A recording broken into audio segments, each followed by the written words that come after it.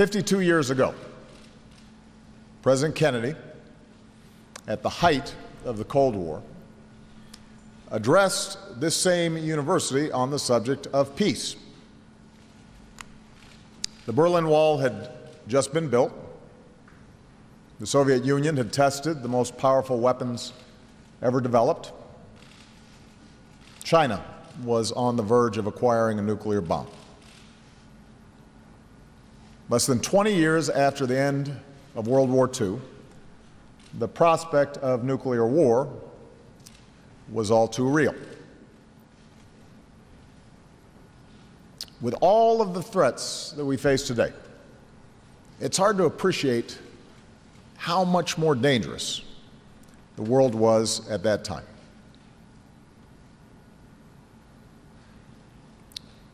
In light of these mounting threats, a number of strategists here in the United States argued that we had to take military action against the Soviets to hasten what they saw as inevitable confrontation. But the young president offered a different vision. Strength, in his view, included powerful armed forces and a willingness to stand up for our values around the world. But he rejected the prevailing attitude among some foreign policy circles that equated security with a perpetual war footing.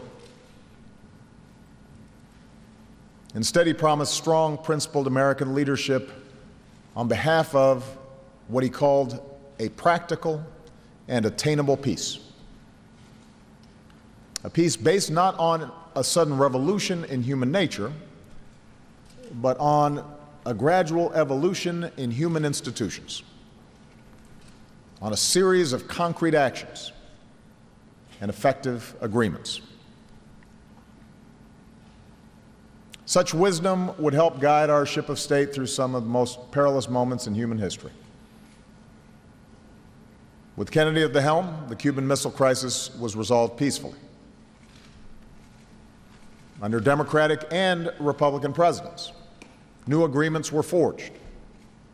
A non-proliferation treaty that prohibited nations from acquiring nuclear weapons while allowing them to access peaceful nuclear energy. The SALT and START treaties, which bound the United States and the Soviet Union to cooperation on arms control. Not every conflict was averted, but the world avoided nuclear catastrophe, and we created the time and the space to win the Cold War without firing a shot at the Soviets. The agreement now reached between the international community and the Islamic Republic of Iran builds on this tradition of strong, principled diplomacy. After 2 years of negotiations, we have achieved a detailed arrangement that permanently prohibits Iran from obtaining a nuclear weapon. It cuts off all of Iran's pathways to a bomb. It contains the most comprehensive inspection and verification regime ever negotiated to monitor a nuclear program. As was true in previous treaties, it does not resolve all problems. It certainly doesn't resolve all our problems with Iran. It does not ensure a warming between our two countries. But it achieves one of our most critical security objectives. As such, it is a very good deal. Today, I want to speak to you about this deal and the most consequential foreign policy debate that our country has had since the invasion of Iraq.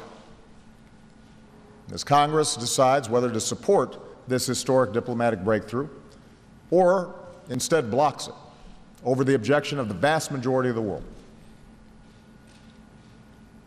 Between now and the congressional vote in September, you are going to hear a lot of arguments against this deal, backed by tens of millions of dollars in advertising.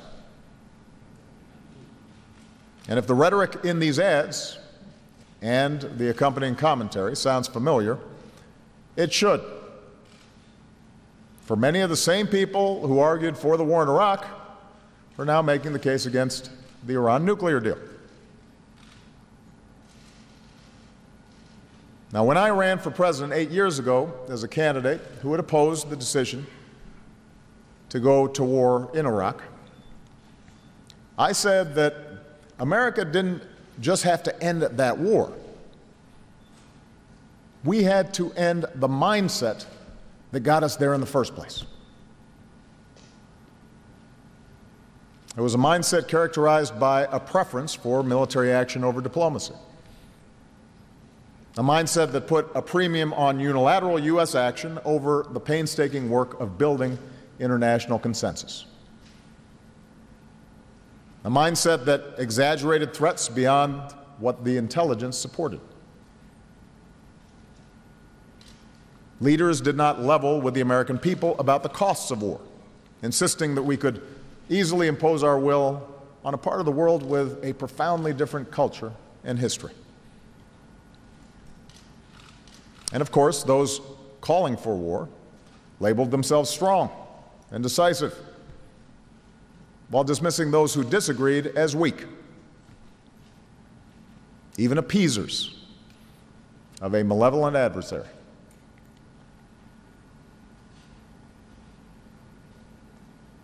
More than a decade later, we still live with the consequences of the decision to invade Iraq.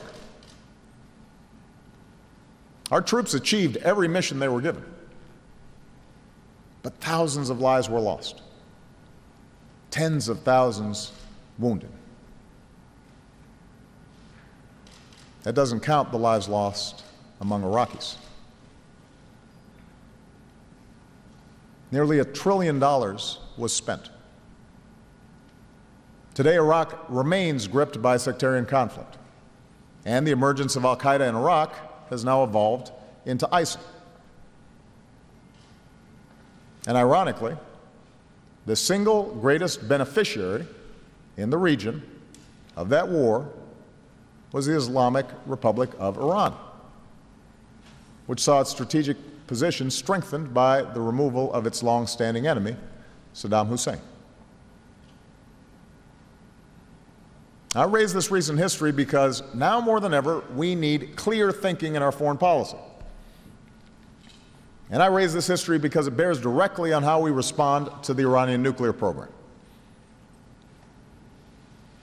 That program has been around for decades, dating back to the Shah's efforts, with U.S. support, in the 1960s and 70s to develop nuclear power. The theocracy that overthrew the Shah accelerated the program after the Iran-Iraq War in the 1980s, a war in which Saddam Hussein used chemical weapons to brutal effect. And Iran's nuclear program advanced steadily through the 1990s, despite unilateral U.S. sanctions. When the Bush administration took office, Iran had no centrifuges, the machines necessary to produce material for a bomb, that were spinning to enrich uranium.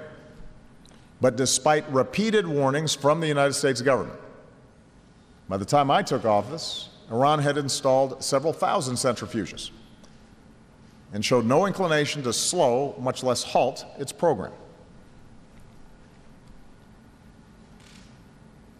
Among U.S. policymakers, there's never been disagreement on the danger posed by an Iranian nuclear bomb. Democrats and Republicans alike have recognized that it would spark an arms race in the world's most unstable region and turn every crisis into a potential nuclear showdown.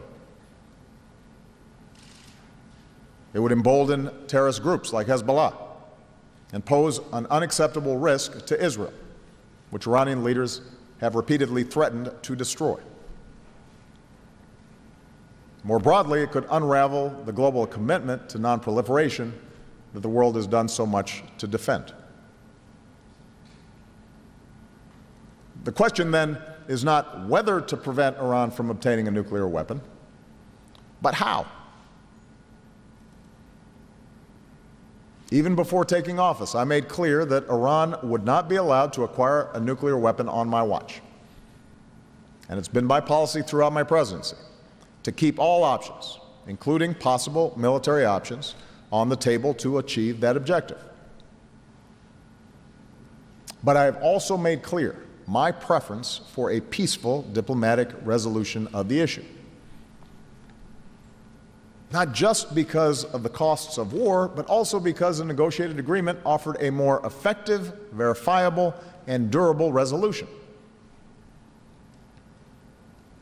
And so in 2009, we let the Iranians know that a diplomatic path was available.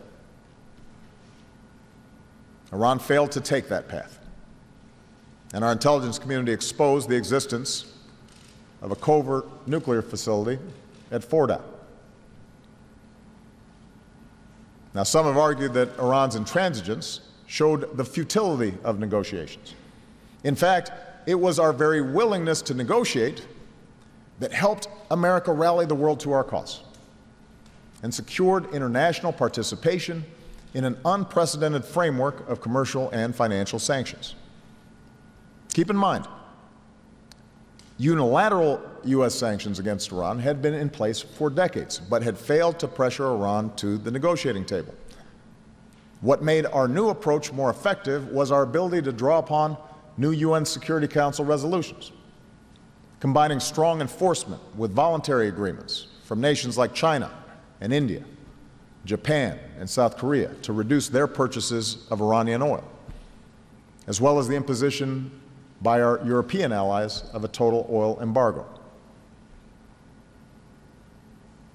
Winning this global buy-in was not easy. I know. I was there.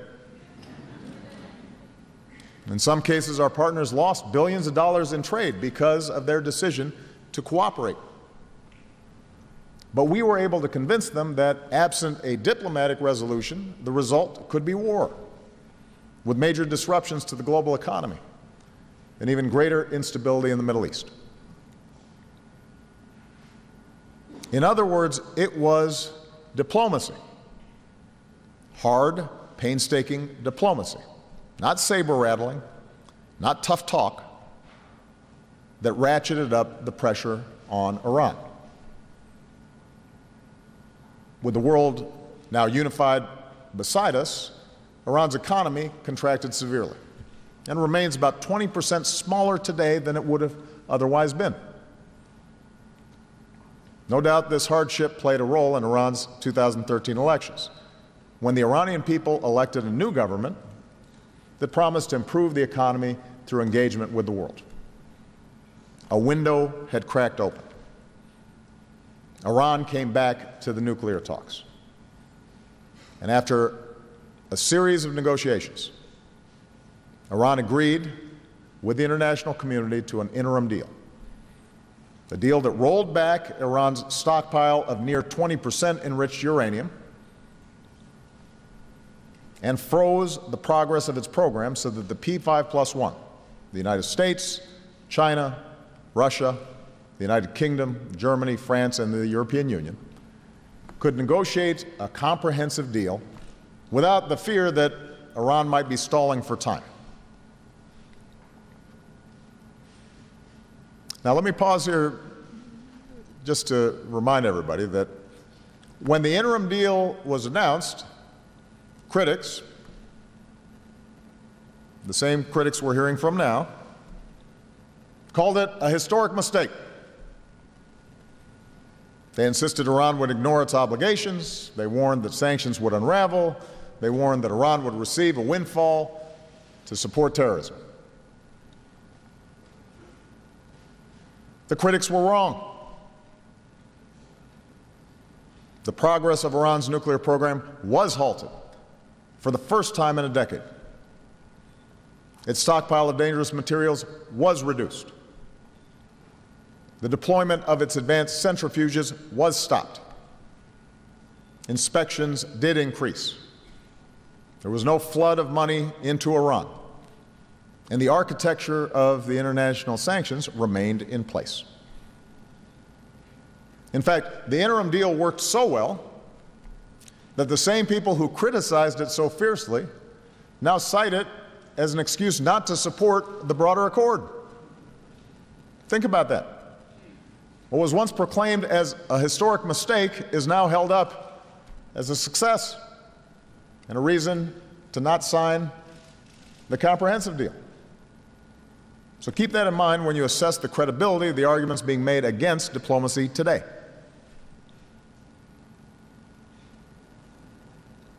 Despite the criticism, we moved ahead to negotiate a more lasting comprehensive deal.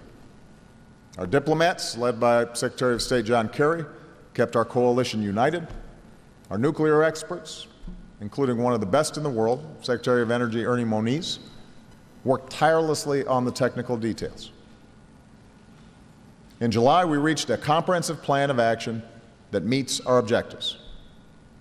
Under its terms, Iran is never allowed to build a nuclear weapon.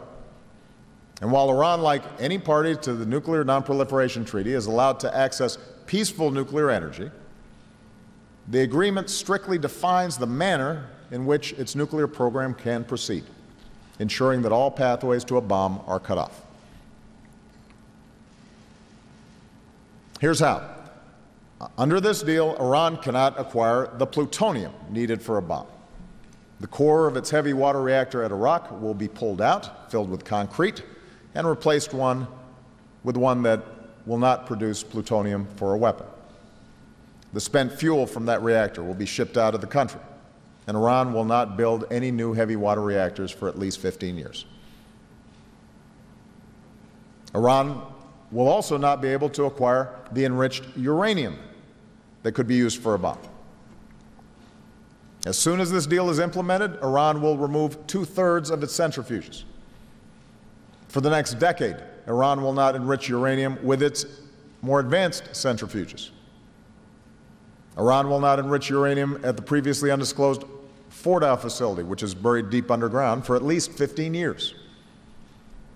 Iran will get rid of 98% of its stockpile of enriched uranium, which is currently enough for up to 10 nuclear bombs, for the next 15 years.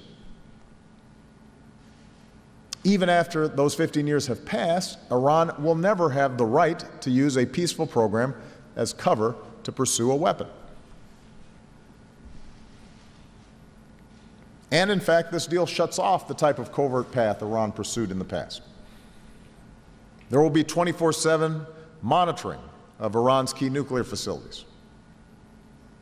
For decades, inspectors will have access to Iran's entire nuclear supply chain, from the uranium mines and mills where they get raw materials to the centrifuge production facilities where they make machines to enrich it. And understand why this is so important.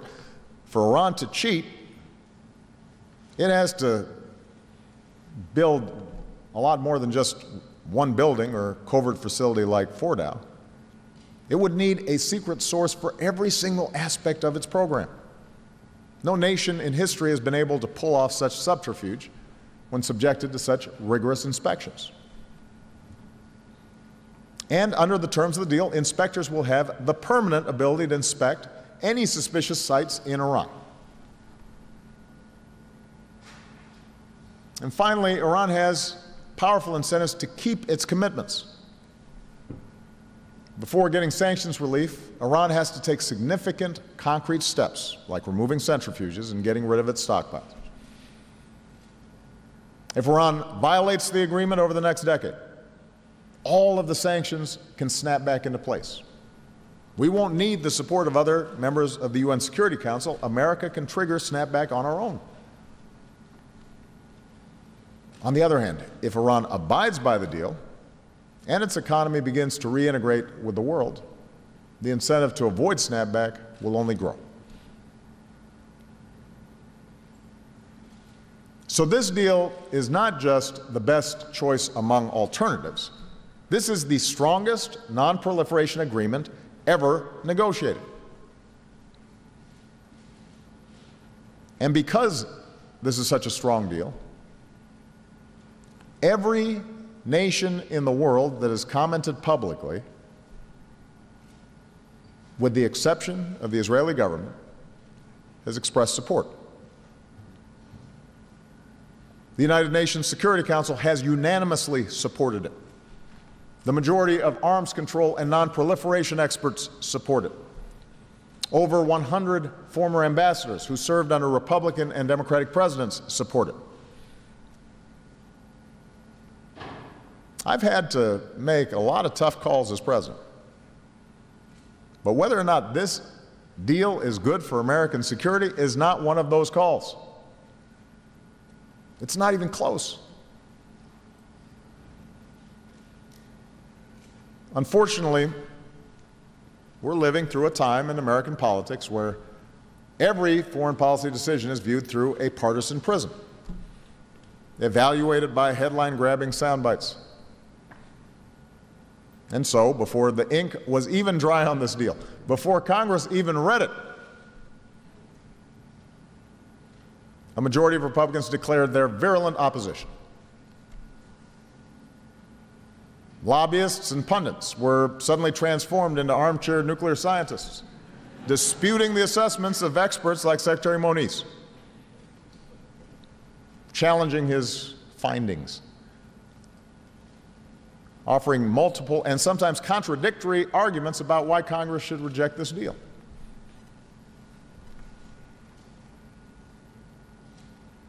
But if you repeat these arguments long enough, they can get some traction. So let me address just a few of the arguments that have been made so far in opposition to this deal. First, there are those who say the inspections are not strong enough because inspectors can't go anywhere in Iran at any time with no notice. Well, here's the truth. Inspectors will be allowed daily access to Iran's key nuclear sites. If there is a reason for inspecting a suspicious, undeclared site anywhere in Iran, inspectors will get that access even if Iran objects. This access can be with as little as 24 hours notice. And while the process for resolving a dispute about access can take up to 24 days, once we've identified a site that raises suspicion, we will be watching it continuously until inspectors get in. And by the way, nuclear material isn't something you hide in the closet. It can leave a trace for years. The bottom line is, if Iran cheats, we can catch them, and we will. Second, there are those who argue that the deal isn't strong enough because some of the limitations on Iran's civilian nuclear program expire in 15 years. Let me repeat. The prohibition on Iran having a nuclear weapon is permanent. The ban on weapons-related research is permanent. Inspections are permanent. It is true that some of the limitations regarding Iran's peaceful program last only 15 years. But that's how arms control agreements work. The first SALT treaty with the Soviet Union lasted 5 years. The first START treaty lasted 15 years. And in our current situation, if 15 or 20 years from now Iran tries to build a bomb, this deal ensures that the United States will have better tools to detect it, a stronger basis under international law to respond, and the same options available to stop a weapons program as we have today, including, if necessary, military options.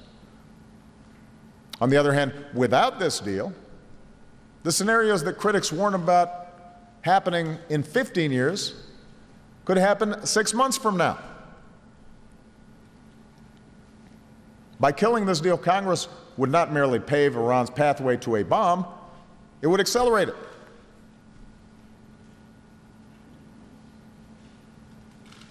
Third, a number of critics say the deal isn't worth it because Iran will get billions of dollars in sanctions relief. Now, let's be clear. The international sanctions were put in place precisely to get Iran to agree to constraints on its program. That's the point of sanctions. Any negotiated agreement with Iran would involve sanctions relief. So an argument against sanctions relief is effectively an argument against any diplomatic resolution of this issue. It is true that if Iran lives up to its commitments, it will gain access to roughly $56 billion of its own money, revenue frozen overseas by other countries. But the notion that this will be a game changer, with all this money funneled into Iran's pernicious activities, misses the reality of Iran's current situation. Partly because of our sanctions, the Iranian government has over $500 billion in urgent requirements, from funding pensions and salaries to paying for crumbling infrastructure. Iran's leaders have raised the expectations of their people that sanctions relief will improve their lives. Even a repressive regime like Iran's cannot completely ignore those expectations. And that's why our best analysts expect the bulk of this revenue to go into spending that improves the economy and benefits the lives of the Iranian people. Now, this is not to say that sanctions relief will provide no benefit to Iran's military. Let's stipulate that some of that money will flow to activities that we object to. We have no illusions about the Iranian government or the significance of the Revolutionary Guard and the Quds Force. Iran supports terrorist organizations like Hezbollah. It supports proxy groups that threaten our interests and the interests of our allies, including proxy groups who killed our troops in Iraq. They try to destabilize our Gulf partners. But Iran has been engaged in these activities for decades.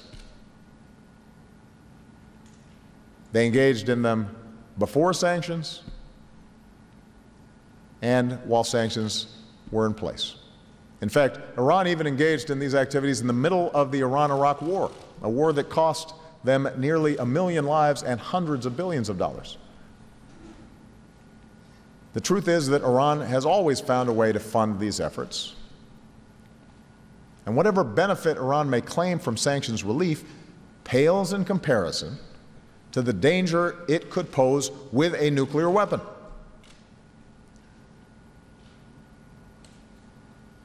Moreover, there's no scenario where sanctions relief turns Iran into the region's dominant power. Iran's defense budget is 8 times smaller than the combined budget of our Gulf allies. Their conventional capabilities will never compare with Israel's, and our commitment to Israel's qualitative military edge helps guarantee that. Over the last several years, Iran has had to spend billions of dollars to support its only ally in the Arab world, Bashar al-Assad, even as he's lost control of huge chunks of his country. And Hezbollah suffered significant blows on this same battlefield. And Iran, like the rest of the region, is being forced to respond to the threat of ISIL in Iraq. So, contrary to the alarmists who claim that Iran is on the brink of taking over the Middle East or even the world, Iran will remain a regional power with its own set of challenges. The ruling regime is dangerous and it is repressive. We will continue to have sanctions in place on Iran's support for terrorism and violation of human rights. We will continue to insist upon the release of Americans detained unjustly. We will have a lot of differences with the Iranian regime. But if we're serious about confronting Iran's destabilizing activities, it is hard to imagine a worse approach than blocking this deal. Instead, we need to check the behavior that we're concerned about directly by helping our allies in the region strengthen their own capabilities to counter a cyber attack or a ballistic missile, by improving the interdiction of weapons shipments that go to groups like Hezbollah, by training our allies' special forces so that they can more effectively respond to situations like Yemen. All these capabilities will make a difference. We will be in a stronger position to implement them with this deal. And by the way, such a strategy also helps us effectively confront the immediate and lethal threat posed by ISIL.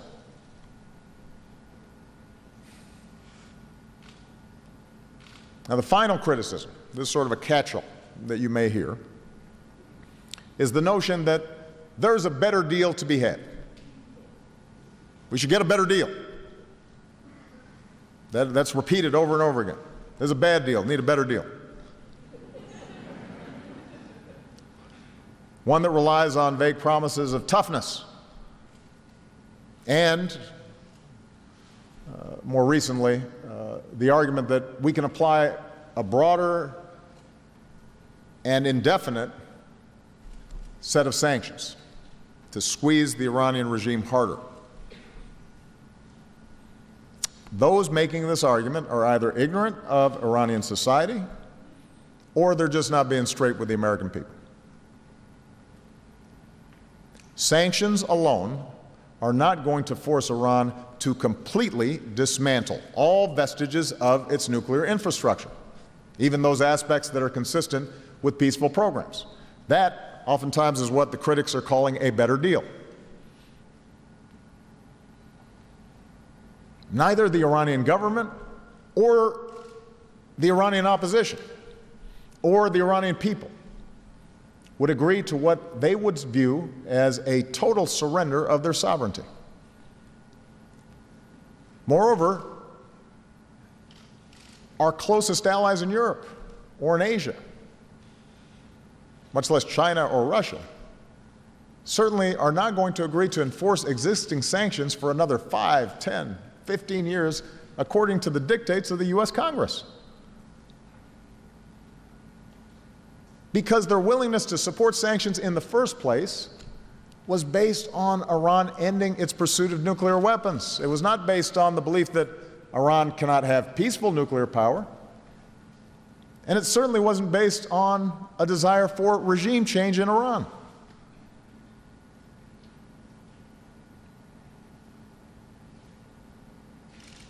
As a result, those who say we can just walk away from this deal and maintain sanctions are selling a fantasy.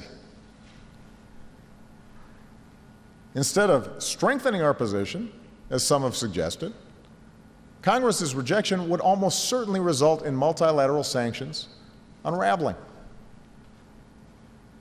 If, as has also been suggested, we tried to maintain unilateral sanctions, beefing them up, we would be standing alone. We cannot dictate the foreign, economic, and energy policies of every major power in the world.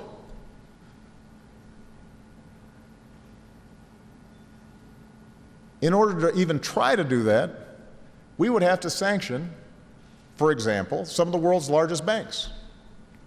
We'd have to cut off countries like China from the American financial system. And since they happen to be major purchasers of our debt, such actions could trigger severe disruptions in our own economy and, by the way, raise questions internationally about the dollar's role as the world's reserve currency. That's part of the reason why many of the previous unilateral sanctions were waived. What's more likely to happen, should Congress reject this deal, is that Iran would end up with some form of sanctions relief without having to accept any of the constraints or inspections required by this deal. So in that sense, the critics are right. Walk away from this agreement and you will get a better deal for Iran.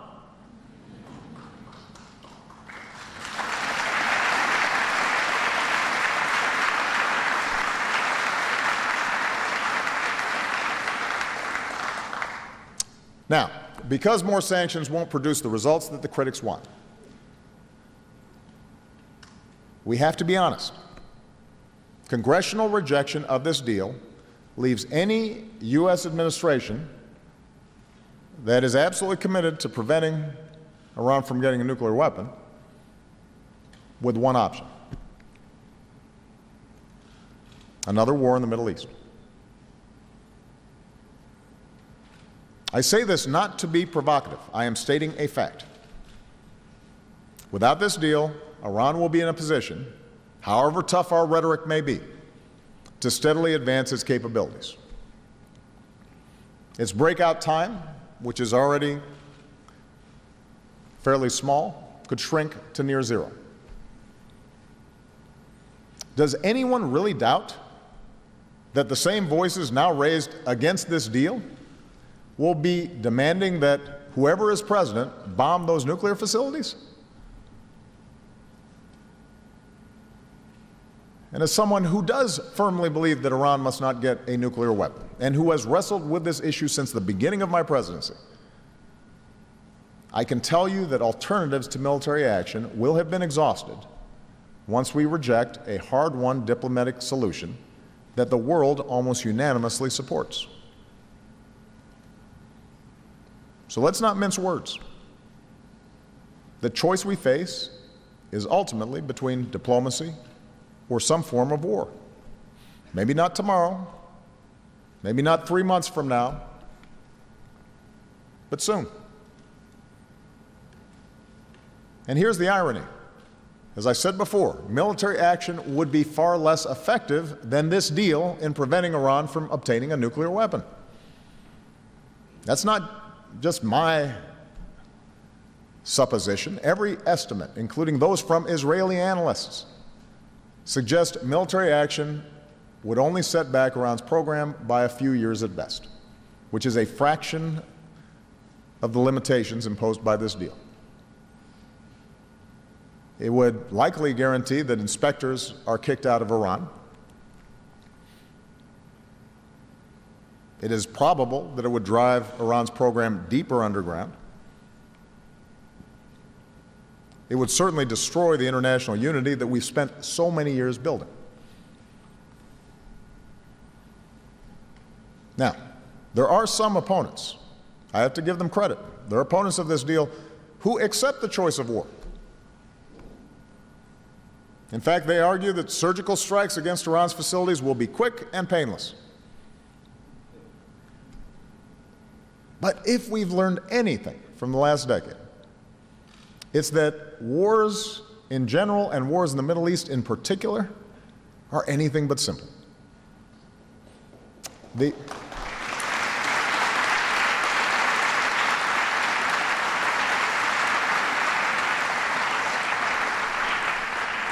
only certainty in war is human suffering, uncertain costs, unintended consequences.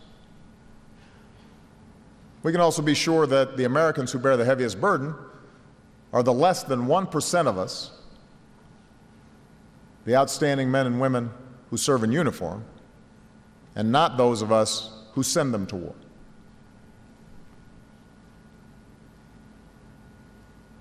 As Commander-in-Chief, I have not shied away from using force when necessary. I have ordered tens of thousands of young Americans into combat. I've sat by their bedside sometimes when they come home. I've ordered military action in 7 countries. There are times when force is necessary. And if Iran does not abide by this deal, it's possible that we don't have an alternative.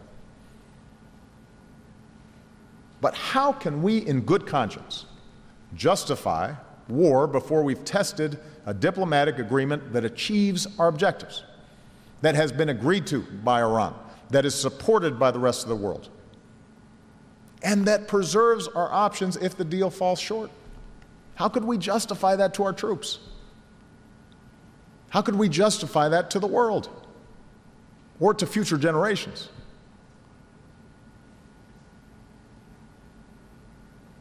In the end, that should be a lesson that we've learned from over a decade of war. On the front end, ask tough questions. Subject our own assumptions to evidence and analysis. Resist the conventional wisdom and the drumbeat of war. Worry less about being labeled weak. Worry more about getting it right. I recognize that resorting to force may be tempting in the face of the rhetoric and behavior that emanates from parts of Iran. It is offensive. It is incendiary. We do take it seriously. But superpowers should not act impulsively in response to taunts or even provocations that can be addressed short of war. Just because Iranian hardliners chant "death to America" does not mean that that's what all Iranians believe. In fact, it's those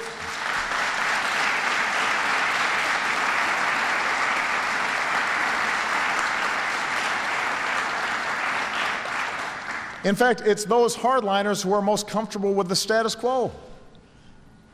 It's those hardliners chanting "death to America" who've been most opposed to the deal. They're making common cause with the Republican caucus.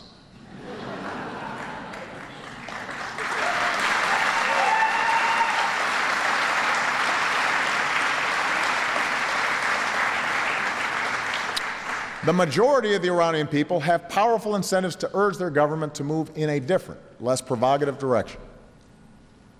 Incentives that are strengthened by this deal. We should offer them that chance. We should give them that opportunity. It's not guaranteed to succeed. But if they take it, that would be good for Iran, it would be good for the United States, it would be good for a region that has known too much conflict, it would be good for the world.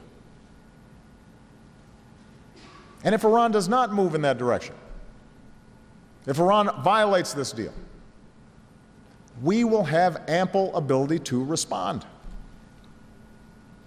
You know, the agreements pursued by Kennedy and Reagan with the Soviet Union,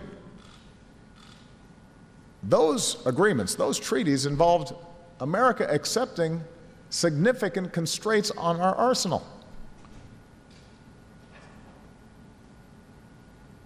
As such, they were riskier. This agreement involves no such constraints. The defense budget of the United States is more than $600 billion. To repeat, Iran's is about $15 billion. Our military remains the ultimate backstop to any security agreement that we make. I have stated that Iran will never be allowed to obtain a nuclear weapon.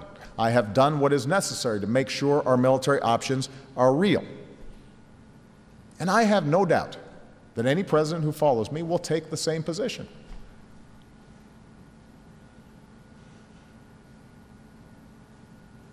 So let me sum up here. When we carefully examine the arguments against this deal, none of them stand up to scrutiny. That may be why the rhetoric on the other side is so strident. I suppose some of it can be ascribed to knee-jerk partisanship that has become all too familiar. Rhetoric that renders every decision that's made a disaster, a surrender. You're aiding terrorists. You're endangering freedom.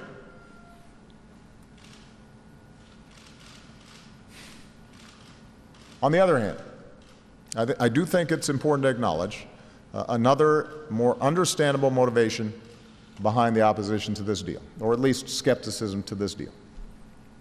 And that is a sincere affinity for our friend and ally Israel. An affinity that, as someone who has been a stalwart friend to Israel throughout my career, I deeply share. When the Israeli government is opposed to something, people in the United States take notice, and they should. No one can blame Israelis for having a deep skepticism about any dealings with a government like Iran's, which includes leaders who've denied the Holocaust, embrace an ideology of anti-Semitism, facilitate the flow of rockets that are arrayed on Israel's borders, are pointed at Tel Aviv. In such a dangerous neighborhood, Israel has to be vigilant, and it rightly insists that it cannot depend on any other country, even its great friend the United States, for its own security. So we have to take seriously concerns in Israel. But the fact is, partly due to American military and intelligence assistance, which my administration has provided at unprecedented levels. Israel can defend itself against any conventional danger, whether from Iran directly or from its proxies. On the other hand, a nuclear-armed Iran changes that equation. And that's why this deal ultimately must be judged by what it achieves on the central goal of preventing Iran from obtaining a nuclear weapon. This deal does exactly that. I say this as someone who has done more than any other president to strengthen Israel's security. And I have made clear to the Israeli government that we are prepared to discuss how we can deepen that cooperation even further.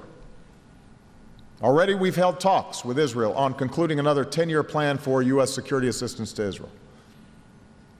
We can enhance support for areas like missile defense, information sharing, interdiction, all to help meet Israel's pressing security needs and to provide a hedge against any additional activities that Iran may engage in as a consequence of sanctions relief. But I have also listened to the Israeli security establishment, which warned of the danger posed by a nuclear-armed Iran for decades. In fact, they helped develop many of the ideas that ultimately led to this deal. So to friends of Israel and to the Israeli people, I say this: a nuclear-armed Iran is far more dangerous to Israel, to America, and to the world than an Iran that benefits from sanctions relief. I recognize that Prime Minister Netanyahu disagrees strongly. I do not doubt his sincerity. But I believe he is wrong. I believe the facts support this deal. I believe they are in America's interest and Israel's interest. And as President of the United States, it would be an obligation of my constitutional duty to act against my best judgment, simply because it causes temporary friction with a dear friend and ally. I do not believe that would be the right thing to do for the United States. I do not believe it would be the right thing to do for Israel.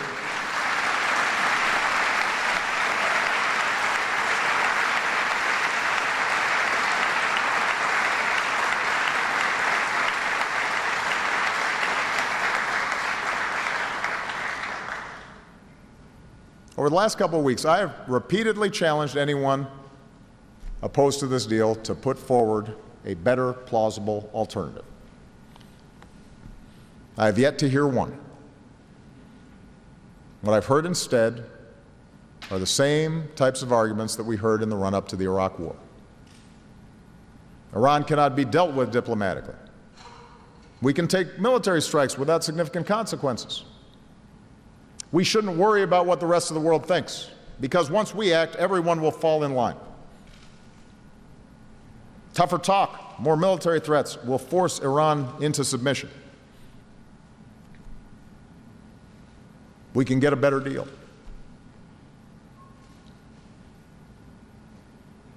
I know it's easy to play on people's fears, to magnify threats, to compare any attempt at diplomacy to Munich.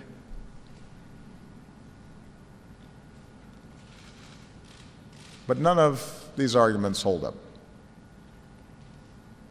They didn't back in 2002 and 2003. They shouldn't now.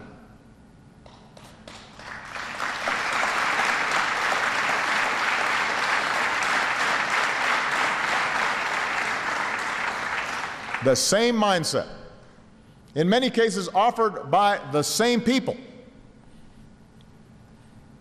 who seem to have no compunction with being repeatedly wrong,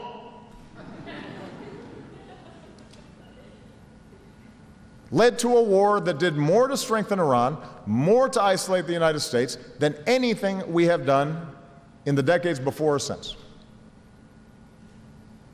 It's a mindset out of step with the traditions of American foreign policy, where we exhaust diplomacy before war and debate matters of war and peace in the cold light of truth. Peace is not the absence of conflict, President Reagan once said. It is the ability to cope with conflict by peaceful means. President Kennedy warned Americans not to see conflict as inevitable, accommodation as impossible, and communication is nothing more than the exchange of threats.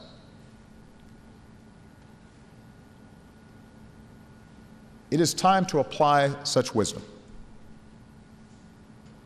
The deal before us doesn't bet on Iran changing. It doesn't require trust. It verifies and requires Iran to forsake a nuclear weapon.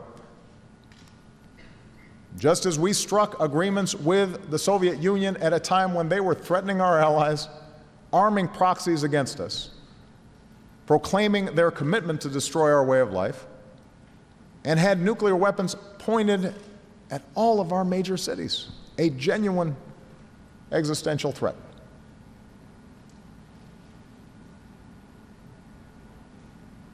You know, we live in a complicated world, a world in which the forces unleashed by human innovation are creating opportunities for our children that were unimaginable for most of human history.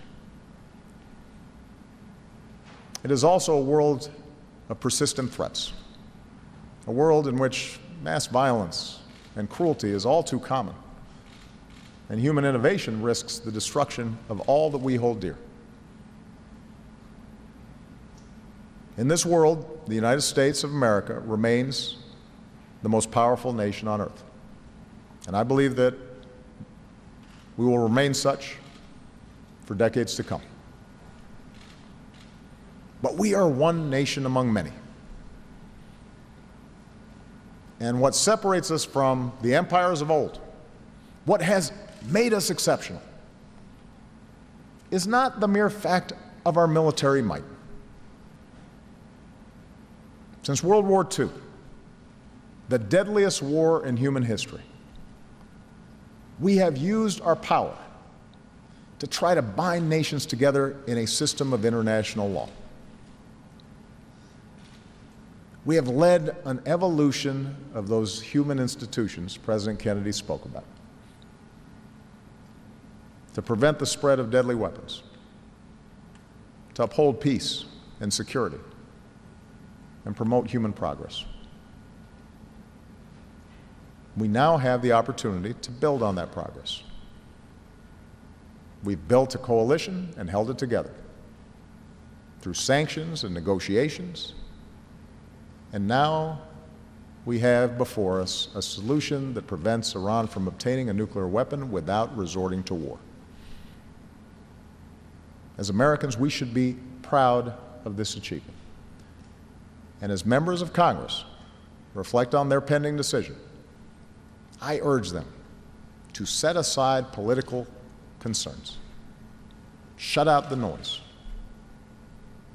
consider the stakes involved with the vote that you will cast.